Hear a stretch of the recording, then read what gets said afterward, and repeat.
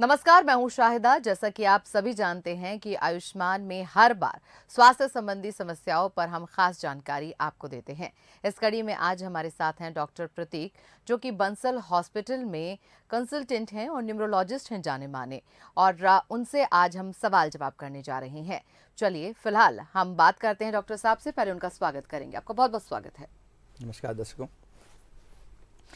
तो आज हम बात करने जा रहे हैं बुटॉक्सिन के बारे में। जी हाँ, आज हम बात करेंगे बोटुलिनियम टॉक्सिन, जिसका इस्तेमाल कई तरह से स्वास्थ्य दिक्कतों को दूर करने के लिए किया जाता है, और इसके बारे में भी हम जानेंगे। अगर आप भी इससे जुड़ी कोई भी जानकारी चाहते हैं तो हमारे नंबर पर लगातार आप कॉल कर सकते हैं। टीवी स्क्रीन पर ये नंबर फ्लैश हो रहे हैं, नंबर्स पे कॉल कीजिए, हमसे बात कीजिए, आप सवाल कीजिए और डायरेक्ट बात कीजिए डॉक्टर प्रतीक शर्मा से।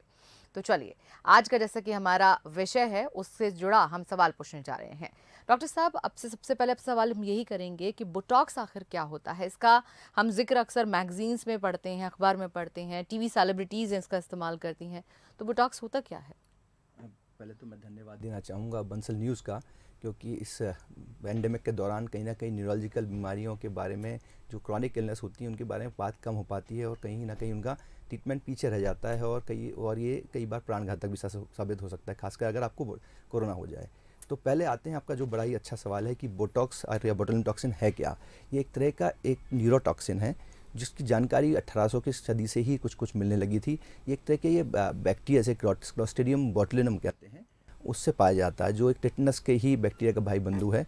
और ये काफ़ी तेज़ न्यूरोटॉक्सिन है, क्योंकि ये कहीं ना कहीं जाकर नर्व पर असर करता है। उस एरिया में जो नर्व एक्ट जो सप्लाई होती है पूरी रुक जाती है। इसे हमारी भाषा में कीमो डीनर्वेशन कहते हैं। इस तरह से वो नर्व पैरालाइज हो जाती है। आमतौर पे इसका इलाज अधिकतर उन जगह पर किया जाता है जहाँ पर मसल एक्टिव हो रही है, या हाइपर एक्टिव है, या ओवर एक्टिव हो रही है। विभिन्न बीमारियों में, विभिन्न प्रकार के रोगों में इसका यूज़ किया जा रहा है। न्यूरोलॉजी में कई जगह यूज़ करते हैं, कॉस्मेटिक्स में बहुत हाईली यूज़ कर रहा है, जैसा भी आपने बताया कि सेलिब्रिटीज़ काफ़ी यूज़ कर रहे हैं वह झुर्रियाँ मिटाने के लिए, या अपनी फेशियल लाइंस को को सही करने के लिए। पर उसके अलावा भी यूरोलॉजिकल कई तरह की स्पास्टिटी कम करने के लिए, कई बार हाइपोहाइड्रोस बहुत ज़्यादा पसीना आता है उसके लिए भी। तो कई प्रकार से इसका यूज़ हो रहा है। अगर सही प्रकार के जानकार के साथ इसका इस्तेमाल किया जाए तो ये बहुत ही बेनिफिशियल या बहुत ही लाभकारी इलाज है, जिसके कारण आपकी कई दवाइयों का सेवन काफ़ी हद तक कम हो जाता है। तो इसके बारे में जानना समझना बड़ा ज़रूरी है। और हमारे भोपाल में अब अवेलेबल है। हम काफ़ी मात्रा में अपने अस्पताल, बंसल अस्पताल में काफ़ी मरीजों को लगा रहे हैं, जो उससे लाभ ले रहे हैं, और उससे उनकी दवाइयों का मात्रा भी कम हो गई है। उनको बार बार दवाइयाँ कम खानी पड़ रही हैं और वो बेहतर फील कर रहे हैं, क्योंकि कहीं ना कहीं ये बीमारियाँ मरीज़ के फिजिकल एक्टिविटी को कम कर देती हैं। उसकी एक्टिविटी कम हो जाती है, कहीं ना कहीं वो डिप्रेस फील करने लगता है, और उससे कारण वो अगर एक बार अच्छा फील करता है, उसकी एक्टिविटी बेटर हो जाती है, तो काफ़ी अच्छा फील करता है और वो नॉर्मल लाइफ जी सकता है। तो बुटॉक्स आखिर क्या है ये तो हमने जान लिया, लेकिन सवाल ये भी है कि आखिर ये किस तरह से काम करता है। तो डॉक्टर साहब, ये किस प्रकार से काम करता है? एक, जैसे मैंने अभी बताया कि एक तरह का न्यूरोटॉक्सिन है। आमतौर पे हमारे शरीर में जो भी सूचना जाती है वो एक तरह से इलेक्ट्रिकल इम्पल्स के थ्रू जाती है। पर जहाँ दो नर्व जुड़ती हैं, जिसे हम साइनेप्स कहते हैं, वहाँ पर जब खबर जानी होती है दूसरी नर्व में, तो वहाँ पर कुछ तरह के न्यूरोट्रांसमीटर केमिकल्स का रिलीज़ होता है। उसे एसिटाइलकोलिन कहते हैं। उन वेसिकल्स में ही एसिटाइलकोलिन भरी होती है, जो पहले वाली नर्व में होती है। ये टॉक्सिन, बोटुलिन टॉक्सिन, जाके उन नर्व की जो एसिटाइलकोलिन का रिलीज़ रोक देता है, तो आगे की खबर जाना रुक जाती है और इसका पूरा एक तरह से पैरालाइज हो जाता है या वीक हो जाता है, जो हम एक तरह से जानबूझ कर करते हैं, जो एरिया एक्टिव हाइपर एक्टिव हुआ पड़ा हो।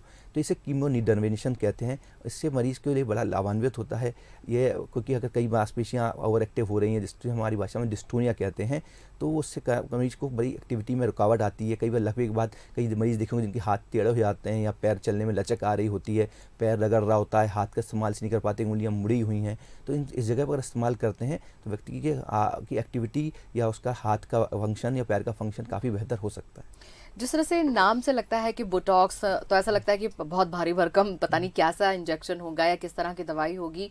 तो क्या ये प्रोसेस पूरा पेनफुल होता है? इसको लेकर क्या बताएंगे आप? थोड़ा तो पेनफुल होगा, क्योंकि हम आमतौर पे जो इस्तेमाल करते हैं डिस्टोनियाज में या जहाँ भी न्यूरोलॉजिकल इलनेस में, हम लोकल इनोकुलेशन करते हैं। तो निडल रहती है जो करीब 25-26 गज की होती है। काफ़ी पेनफुल तो नहीं होती, पर थिन है। थोड़ा सा मरीज का कॉपरेशन चाहिए होता है।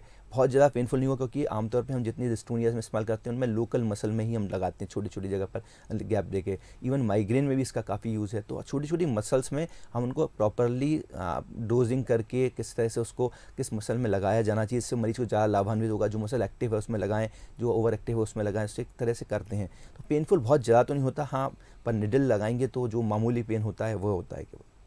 लेकिन अगर हम इसके ट्रीटमेंट की प्रॉपर ट्रीटमेंट की बात करें तो अगर हमने इसको लगा लिया तो कितने दिनों बाद जो है इसका असर दिखने लगता है, और अगर जब असर दिखने लग जाए फिर ये कितने टाइम तक रहता है, ये भी बताइए हमें। ये भी बड़ा अच्छा सवाल है, क्योंकि सभी लोगों के मन में संशय रहता है कि हम ये एक बार लगाएंगे कि हमेशा के लिए हो जाएगा। थोड़ा सा कॉस्टली या थोड़ा सा महंगा इलाज हो सकता है अगर आप एक बार में देखें, पर उसका लॉन्ग टर्म इफेक्ट देखते हैं तो वो कहीं ना कहीं बेनिफिशियली है, फ़ायदेमंद ही होता है। क्योंकि अगर इस बार लगाते हैं तो उसका असर 3 से 5 दिन में दिखने लगता है, पर कई बार ज़्यादा हफ्ते या 2 हफ्ते का वक्त ले सकता है। उसका असर आमतौर पर थ्योरेटिकल स्पीकिंग 3 महीने तक रहता है, कई बार 6 महीने तक रहता है। पर जिन मरीजों में हमने बार बार लगाया, कई बार उनमें हमने देखा कि 6 महीने से लेकर साल भर भी रहा है। और कुछ मरीज़ ऐसे हैं जिनको हमने ब्लेफरोस्पाज़म, आँखें बहुत ज़्यादा मिचमचाती हैं, या हेमीफेशियल स्पाज़म जिनमें चेहरे के एक तरफ बार बार ट्विचिंग्स होती हैं, उनमें लगाया। तो कुछ व्यक्तियों को कुछ 3-4 डोज के बाद उन लोगों के कुछ ऐसे भी थे जिनने 1-1 साल का गैप भी ले लिया था और फिर दोबारा हुआ था। तो ऐसा हो सकता है कि 6 महीने से लेकर साल तक भी बेनिफिट रहे, पर शुरुआत में अगर आपको है तो 3 से 6 महीने हम इसको मान के चलते हैं कि इसका इफेक्ट आएगा। तो इफ़ेक्ट की हम बात कर रहे हैं तो हर चीज़ के इफ़ेक्ट के साथ कुछ साइड इफ़ेक्ट्स भी होते हैं, तो इस ट्रीटमेंट के दौरान क्या कोई नुकसान भी होता है? अगर जो नुकसान की बात करते हैं तो हम वो जो लोकल पेन होगा या स्वेलिंग होगी, वो हो सकता है। उसके कारण थोड़ा दर्द रहे, थोड़ी स्वेलिंग रहे। कई बार मान लें जैसे हम ब्लेफरोस्पाज़म में लगाते हैं तो हो सकता है कि थोड़ा आसपास की मसल में एक्स्ट्रा विजिट हो जाए, तो एक्स्ट्रा विजिट हो जाता है तो आँख थोड़ी झपी रह सकती है। पर जैसे हमने कहा कि क्योंकि डिफेक्ट भी कहीं ना कहीं लिमिटेड है, कुछ समय तक का है, तो साइड इफेक्ट भी कई समय तक ज़्यादा लंबे समय नहीं रहते हैं। लोकल पेन, टेंडरनेस, स्वेलिंग के अलावा कोई मेजर साइड इफेक्ट नहीं देखे गए हैं। कुछ एलर्जिक रिएक्शन हो सकती हैं, तो उसके लिए हम पहले ही व्यक्ति को इन्फॉर्म कर देते हैं या उनको हम पहले ही एंटी हिस्टामिनिक्स दे देते हैं। तो वो सब चीज़ें टेक केयर कर ली जाती हैं, कोई ज़्यादा चिंताजनक बात नहीं होती, बड़ा ही सेफ़। और कई बार तो हम ओपीडी बेस पर ही लगाते हैं, कोई इसके लिए एडमिशन की ज़रूरत भी नहीं होती है। आप ओपीडी बेस पे आएँ, लगाते हैं, 1-2 घंटे बैठा के आपको जब ठीक फील करने लगते हैं तो घर भेज देते हैं। तो बहुत ज़्यादा साइड इफ़ेक्ट या कुछ सीरियस साइड इफ़ेक्ट नहीं देखे गए। आपने शुरू में ही बताया कि कुछ लोग पैरालाइज हो जाते हैं तो उस दौरान भी उनके नर्व्स को वापस एक्टिव करने के लिए जो है दिया जाता है, इसको भी हम थोड़ा जानना चाहेंगे, खुलकर बताइए कि क्योंकि बहुत सारे ऐसे पेशेंट हैं जो कि वाकई में इस चीज़ से ग्रसित हैं, क्या कहेंगे? हाँ, तो जिसके हम कहते हैं पोस्ट स्ट्रोक स्पासिटी। कई बार देखा गया होगा कि मरीज़ जब एक बार लकवे से पीड़ित हो जाता है तो उसके बाद उसकी रिकवरी तो होती है, पर रिकवरी होते होते कहीं ना कहीं हाथ में एबनॉर्मल एक्टिविटी या मतलब पोस्चरिंग हो जाती है। जैसे हमारे कई मरीज देखो जो इस प्रकार से पाए जाते हैं, जिसे डिस्टोनिया पोस्चरिंग कहते हैं, या हम पोस्ट स्ट्रोक स्पासिटी कहते हैं। और क्योंकि हाथ पैर की मांसपेशियाँ काफ़ी बड़ी होती हैं तो इनमें डोज थोड़ा ज़्यादा लगता है, और हमको फोकल सोच के लगाना होता है कि हमारा अभी आज हम जो बोटॉक्स लगा रहे हैं उसके क्या टारगेट या क्या अचीवमेंट है। अगर हम हाथ की अभी एक्टिविटी करना चाहते हैं, अगर इस तरफ क्लॉ हैंड हो गया है या इस तरह मुड़ा हुआ है, तो उसके लिए हम क्या एक्सपेक्टेशन है, तो जिन मसल को टारगेट करना है, हमारे जो क्या एम है, हम हाथ से को सीधा करना चाहते हैं, हाथ की फ्लेक्शन करना चाहते हैं, और हमारे सबसे पहले प्रायोरिटी क्या है उसको देख के। अगर पैर के मामले में बात करें कि पैर में हमारा पैर रगड़ता है, पैर ऐसा लंबा हो गया या चलते समय रगड़ खाता है, तो उसकी एक्टिविटी को हम किस तरह कंट्रोल करें। तो स्पासिटी के लिए बहुत ही कामगार दवाई है। डोज थोड़ा ज़्यादा होता है, समय लेके लगाया जाता है। अगर बिल्कुल प्रायर डिसीजन करके कि कैसे लगाना है, किस मसल में लगाना है, किस मसल की हमारे क्या टारगेट्स होंगे, क्या हम अचीव करना चाहते हैं, तो बड़ी कामगार दवाई है। क्योंकि दवाइयाँ कहीं ना कहीं जो टैबलेट्स हैं, जो एंटीस्पास्टिक मेडिकेशन है, उनकी भी लिमिटेशन होती है। कई व्यक्ति मरीज खाते नहीं, खासकर मैंने देखा जवान व्यक्ति जिनको लकवे होते हैं, वो जब रिकवर करते हैं उनको काफ़ी ज़्यादा स्पासिटी आती है, तो दवाइयों के हाईएस्ट फॉर्म कर भी उनको बहुत ज़्यादा रिलीफ नहीं मिलता है। तो इस दवाई से बोटॉक्स है, हम कहीं ना कहीं बोटुलिज्म टॉक्सिन के यूज़ से हम कहीं ना कहीं उनको बेहतर ज़िंदगी या बेहतर फंक्शनिंग दे सकते हैं। चलिए, भोपाल से हमारे साथ एक कॉलर जुड़ गए हैं, आर.के. अग्रवाल साहब, उनसे हम बात करेंगे। जी अग्रवाल साहब, सवाल पूछिए आप। जी, डॉक्टर साहब को मेरा नमस्कार। नमस्कार। डॉक्टर साहब, मैं जानना चाहता हूँ कि ये नमनेस मैंने देखा छोटे बच्चों से लेके बड़ों तक, कभी पैर में आ जाती, कभी हाथ में आ जाती, कभी उंगलियों में आ जाती है, तो इसके मुख्य कारण क्या हो सकते हैं और इसमें आपकी क्या सलाह रहती है उससे बचने के? सवाल पूछने की बहुत बहुत धन्यवाद। एक बड़ी ही कॉमन कंप्लेंट या समस्या के लिए उन्होंने बोला है, और इसका जो नाम ये हमेशा कन्फ्यूजन रहता है। और जैसे उन्होंने कहा नमनेस, नमनेस का जो मेडिकल टर्म है उसका होता है लॉस ऑफ सेंसेशन, यानी हमें छूने का एहसास कम होना। पर मैं अधिकतर मरीज जो टिंगलिंग, पैरेस्थीसिया या झुंझुनी को नमनेस से सिनोनिमाइज या कहते हैं कि वो दोनों चीज़ें सेम है। वो साथ साथ हो सकती हैं पर वो दोनों सिनोनिम नहीं है। मैं ये मान के चलता हूँ कि टिंगलिंग की या पैरेस्थीसिया झुंझुनी की बात कर रहे हैं, हम कई बार लंबे समय तक बैठे रहें या दबा के बैठे रहें नर्व को, खासकर पैरों को, या एक हाथ को दबा के खड़े रहें तो दबा के बैठ जाते हैं तो हाथ में झुंझुनी आती है, तो उससे हम टिंगलिंग कहते हैं। ये एक नर्व के डैमेज या नर्व के अफेक्ट होने की एक लक्षण है जो बहुत सी छोटे कारणों से या बड़े कारणों से हो सकता है। तो अगर जैसे बच्चों को कहा तो वो ट्रांजिएंट है, छोटे बच्चे में है तो उतना विषय नहीं है। पर अगर लगता है एक ओल्ड व्यक्ति है या बूढ़ा व्यक्ति है जिसको बीपी शुगर है, खासकर शुगर है, और पैरों में झुंझुनी आती है, तो डायबिटिक न्यूरोपैथी की शुरुआत हो सकती है। वो बड़े ही धीरे धीरे बढ़ती है, तलवों से झुंझुनी होगी, पंजों में होगी, उसके बाद ऊपर तक घुटनों तक आ सकती है, हाथों में भी आ सकती है। उससे व्यक्ति की चलने की एक्टिविटी कम हो सकती है। ये तरह की डायबिटिक न्यूरोपैथी या अगर झुंझुनी आ रही है तो न्यूरोपैथी की शुरुआत हो सकती है। अगर किसी व्यक्ति को लगातार बार बार और डिसेबलिंग, जिससे वो उसका व्यवधान होता है काम में, अगर ऐसा हो रहा है तो उसको एक बार न्यूरोलॉजिस्ट से सलाह जरूर लेनी चाहिए। तो आप भी हमें सवाल पूछ सकते हैं। नंबर्स आपके टीवी स्क्रीन पर फ्लैश हो रहे हैं, नंबर्स पे कॉल करके हमसे बात कर सकते हैं। डॉक्टर प्रतीक शर्मा आज हमारे साथ हैं, जो कि जाने माने न्यूरोलॉजिस्ट हैं और न्यूरोलॉजिस्ट है, माफ कीजिएगा, और आज हमें बुटॉक्स के बारे में वो बता रहे हैं। तो डॉक्टर प्रतीक से अब हम जानते हैं कि बुटॉक्स ट्रीटमेंट किन किन रोगों में इफेक्टिव होता है। आपने पैरालाइज के बारे में बात की कि उसमें ज़्यादा जो है लगता है, इसके अलावा और भी बहुत सारी बीमारियाँ होंगी जिसके अंदर इफेक्ट करता होगा बहुत अच्छे से। जी, बहुत सारी न्यूरोलॉजिकल बीमारियों में इसका यूज़ है। सबसे ज़्यादा कॉमनली यूज़ जो होता है वो डिस्टोनियाज में है और मूवमेंट डिसऑर्डर में है। डिस्टोनिया कई बार आपने, जैसे मैंने कहा, कुछ व्यक्तियों की आंखें इस प्रकार से मिचमिचाते हैं और कई बार उसे बहुत तेज़ी से बंद हो जाती हैं, इसे हमारी भाषा में ब्लेफरोस्पाज्म कहते हैं। एक ये बड़ा फोकल डिस्टोनिया जिसमें बड़ा कॉमनली यूज़ होता है। किसी व्यक्ति के चेहरे पर ट्विचिंग होती है, एक तरह का ट्विचिंग होती है जैसे हेमीफेशियल स्पाज्म होता है, उसमें काफ़ी यूज़फुल है। कई लोग थे कि लिखते लिखते उन हाथों में लिखना बंद हो जाता है, लिखते ही जैसे पेन पकड़ते हैं उनको लिखना मुश्किल हो जाता है, उसे राइटर्स क्रैम्प कहते हैं, उसमें बड़ा कॉमनली यूज़ है। जैसा तीसरा बताया मैंने कि क्रॉनिक माइग्रेन में अगर कई बार दवाइयाँ माइग्रेन की खाते रहते हैं, फिर भी तरह तरह के दर्द होते रहते हैं, पूरे टाइम दर्द होता रहता है, तब भी उसमें भी काफ़ी कामगार है। चौथा ये होता है पोस्ट होक स्पासिटी, अगर आपको लकवे ग्रस्त हैं, बाद में आपको अकड़न आ रही है तो उसमें काम आता है। इसके अलावा बहुत सारी कॉस्मेटिक्स कंडीशंस हैं, डर्मेटोलॉजिकल कंडीशन है, इवन यूरोलॉजिकल कंडीशन, अगर आपका ब्लैडर बार बार यूरिन बार बार निकलता है तो यूरोलॉजिस्ट कई बार वहाँ पर अंदर आके ब्लैडर में लगा देते हैं। तो इस प्रकार ही बहुत ही कामगार दवाई है। थोड़ी इसके बारे में जानकारी कम है, थोड़े जो जानकार जो लगाने वाले हैं लोग हैं वो भी थोड़े कम हैं, पर जिस तरह इसकी जानकारी बढ़ती जा रही है, इसका इस्तेमाल बढ़ता जा रहा है, तो कहीं ना कहीं आगे जाके ये बहुत ही इफेक्टिव दवाई सिद्ध होगी। तो आप हमें कॉल कीजिए इन्हीं नंबर्स पर जो कि नज़र आ रहे हैं। आप भी सवाल पूछ सकते हैं अगर आप इनमें से किसी भी बीमारी से ग्रसित हैं या कोई भी प्रॉब्लम आपको पेश आ रही है और आप सोचते हैं कि बोटॉक्स ट्रीटमेंट से आपका फ़ायदा हो सकता है, तो आप पूछ सकते हैं डॉक्टर प्रतीक से अपने सवाल। तो अब डॉक्टर प्रतीक से हम ये जानना चाहेंगे कि जब हम इस तरह का ट्रीटमेंट ले रहे होते हैं तो उस वक्त अक्सर सवाल यही उठता है कि क्या सावधानी बरतें, किन चीज़ों का जो है हमें ध्यान रखना चाहिए। अक्सर नॉर्मल भी हम परहेज़ करते ही हैं, तो इसमें किस तरह के परहेज़ की ज़रूरत होती है?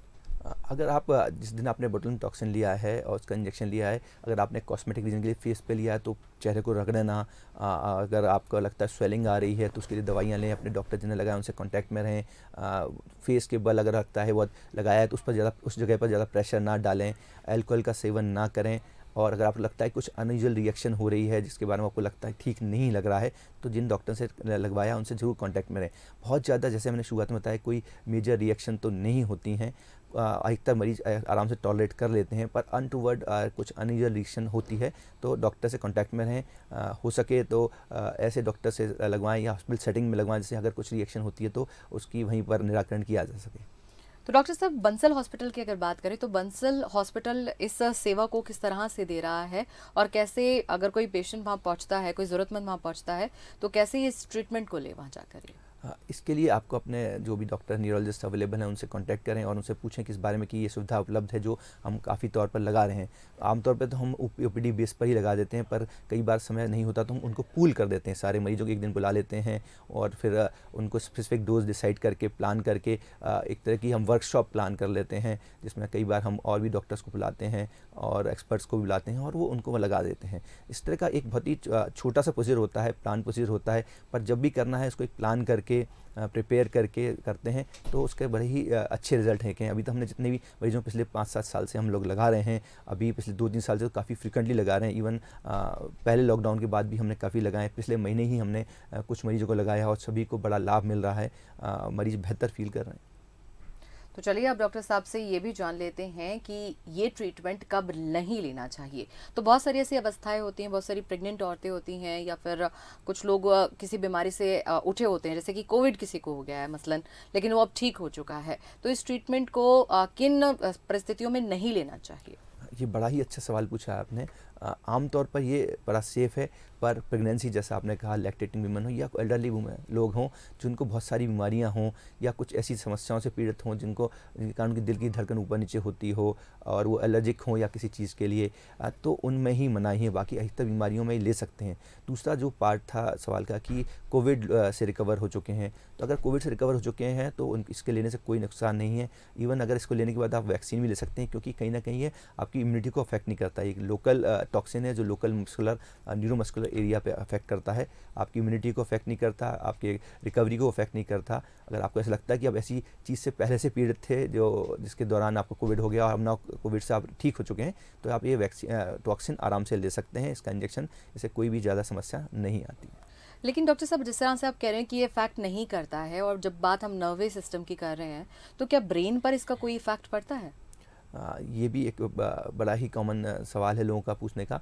आमतौर पर ये ब्लड ब्रेन बैरियर यानी ब्रेन को अफेक्ट नहीं करता है, इसका एक्शन हमेशा न्यूरोमस्कुलर जंक्शंस पर और सिनेप्स पर ही होता है, तो ये ब्रेन पर इतना अफेक्ट नहीं करता है। इसलिए अभी तक क्योंकि ये इस तरह का मॉलिक्यूल है कि ब्रेन को कॉज कर नहीं सकता, इसलिए हम आराम से दे सकते हैं, ब्रेन में ये नहीं जाता, ब्रेन को ये अफेक्ट नहीं कर सकता है।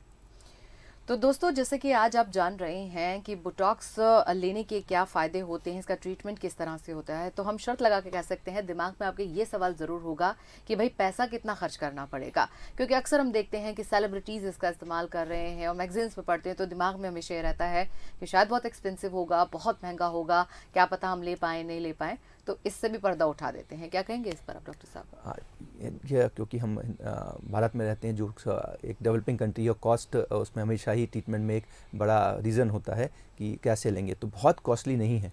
अगर आप मैंने जैसे बताया ब्लेफरोस्पाज्म में अगर लगा रहे हैं या हेमीफेशियल स्पैज्म में हम लगा रहे हैं तो कुछ 5 से 10 हज़ार, क्योंकि यूनिट वाइज आता है, वो उसका 50 यूनिट का वायल आ रहा है तो 12,000 का है। पर कई बार हम जैसे मैंने हम ग्रुप करके वर्कशॉप में लगाते हैं तो कई बार हम पूलिंग कर देते हैं तो आपका कॉस्ट काफ़ी सेव हो जाती है। तो अगर हम एक व्यक्ति अगर किसी को लगना है 25 यूनिट अगर लगता है तो उसका खर्चा 5 से 6 हज़ार रुपये आएगा। अगर उसको 50 यूनिट लग रहा है तो 10 हज़ार आएगा, अगर 100 यूनिट लग रहा है तो 15 हज़ार के आसपास आएगा। डिपेंड करता है आप किस चीज़ के लिए लगवा रहे हैं, कितना आपकी मसल्स में लगना है, कौन सी मसल्स में लगना है, और उसका उस चीज़ पर डिपेंड करता है कितनी कॉस्ट जाएगी। पर अगर हम जो नॉर्मल केसेस में लगाना है, खासकर जो जैसे फोकल डिस्टोनियाज में, तो कॉस्ट बहुत ज़्यादा नहीं है और रिस्पांस बहुत अच्छा है। पेशेंट को जो रिस्पांस आता है, जो फील करता है, वो उसके लिए बिल्कुल एक चमत्कार से कम नहीं होता। तो हमारे साथ कॉलर जुड़ गए हैं एक बार फिर से, आर के अग्रवाल जी, और कुछ ज़्यादा जानकारी और चाहते हैं वो डॉक्टर साहब से। जी पूछिए आर के अग्रवाल जी अपना सवाल। हाँ, नमस्कार डॉक्टर साहब। नमस्कार। अभी आपने नमनेस के लिए बहुत अच्छा उत्तर दिया, मैं सेटिस्फाइड हूँ। लेकिन इसके साथ साथ एक प्रश्न और है मेरा डॉक्टर साहब कि ये जो कंपनीज हैं लाइक न्यूरोबियॉन फोर्ट वगैरह बनाती हैं, तो इन टेबलेट्स को क्या न्यूरो प्रॉब्लम के लिए या न्यूरो में कुछ सुधार के लिए लिया जाना उचित होगा, और यदि है तो किस मात्रा में इसको कब कब लेना उचित रहेगा? और ये भी बड़ा ही अच्छा सवाल पूछा है। एक काफ़ी कॉमन कंप्लेंट और ये तरीका है कि किसी को अगर झुंझुनी होती है तो वो तुरंत ही न्यूरोबियन फोर्ट लेता है या इस तरह की कोई दवाई लेता है जो ओवर द काउंटर अवेलेबल हैं। ये लें, इसमें कोई नुकसान तो नहीं, पर शायद फ़ायदे की मैं कोई गारंटी नहीं दूंगा, क्योंकि ये दे क्यों रहे हैं, हम ले क्यों रहे हैं, इसके लिए वो जानना जरूरी है। हमको ये जो टिंगलिंग हो रही है, पैरास्थीसियाज हो रहे हैं या झुंझुनी हो रही है, ये क्यों हो रही है, ये जानना जरूरी है। हाँ, इन चीज़ों का फ़ायदेमंद है, जो अगर आप एक गाइडेंस में या प्रॉपर निर्देश के साथ, डॉक्टर के निर्देश के साथ लें तो उसका एप्रोप्रिएट डोज में लिए जाना फ़ायदेमंद होता है रिकवरी में। पर लेकिन अगर हमको ये हो रहा है तो सिर्फ कोई भी दवाई ओवर द काउंटर लेने से कोई फ़ायदा नहीं होगा।